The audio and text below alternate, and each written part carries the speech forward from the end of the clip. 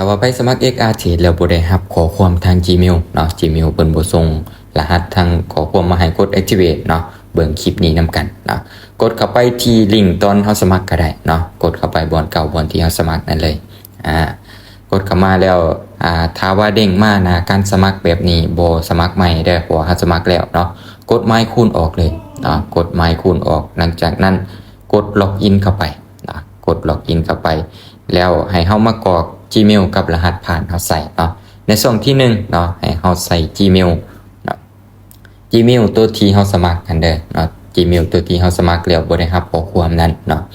ให้เฮาใส่ Gmail ของเฮาลงไปเลยใส่ให้ถูกต้องนำเนาะใส่ให้ถูกต้อง ต้องยืนยันว่า Gmail ของเฮาถูกต้องดีแล้วเนาะเพิ่นจึงจะส่งมาถึกเนาะถ้าว่า Gmail ของเฮาบ่ถูกมันก็ส่งไปทางใหม่เนาะเราต้องกดให้ละเอียดนำเนาะแล้วมาช่องที่2อันนี้ช่องที่2แม่นใส่รหัส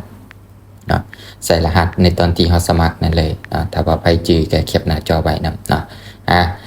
หลังจากนั้นก็กดใส่อินเข้าไปเนาะเด้งมาหน้านี้ให้เฮากดเบิ่ง Gmail เนาะว่าถูกต้องหรือบ่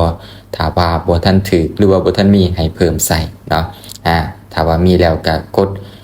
รีเซ็ตเข้าไปเลยเนาะกดรีเซ็ตเข้าไปหลังจากนั้นเด้งมาหน้านี้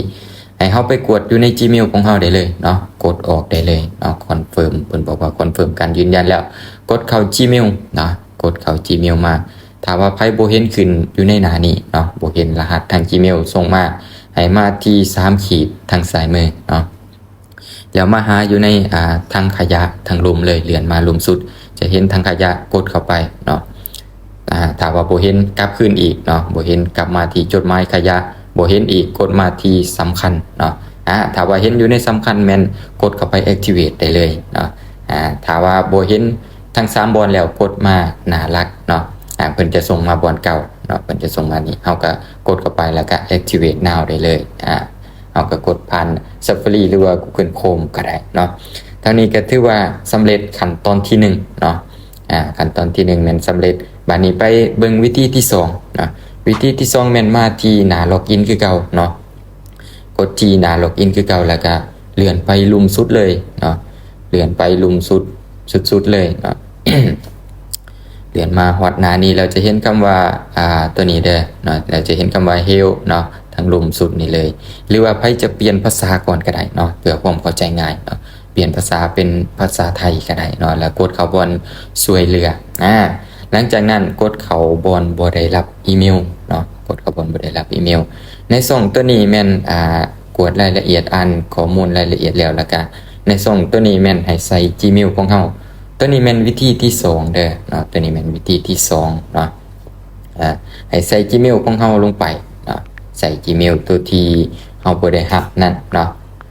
ตัวนี้แม่นวิธีที่2วิธีที่1แม่นเฮ็ดสำเร็จแล้วเนาะถ้าว่าไปบ่ทันผ่านแม่นมาเฮ็ดวิธีที่2ได้นะหลังจากนั้นเนาะใส่ Gmail กดละเอียดเรียบร้อยแล้วกด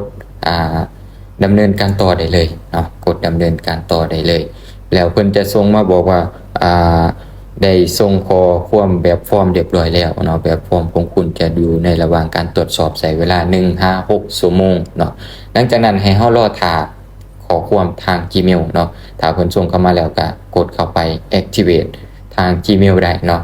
สำหรับตัวนี้ก็เป็นวิธีการขอความทาง Gmail 2 วิธี